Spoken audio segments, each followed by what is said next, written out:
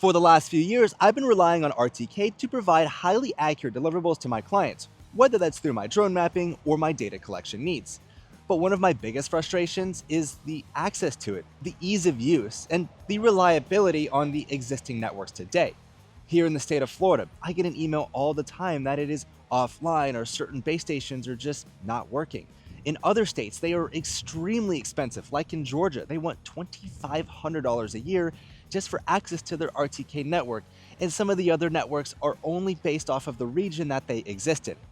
So I decided to solve that, and today I'm announcing the Pilotbyte RTK Network, a global RTK network comprised of 18,000 base stations worldwide.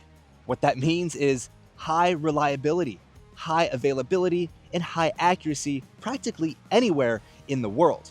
It is super easy to connect whether you're using a drone, a GNSS receiver, or really any device that can accept the end-trip corrections. And in addition to that, you can also download the RINEX files from any of these base stations to do PPK processing. And the best part, it is highly affordable. At either $40 a month, it gets you access to every single base station in the world, or at $400 a year, you get 2 months for free and you still get that availability for any of these base stations.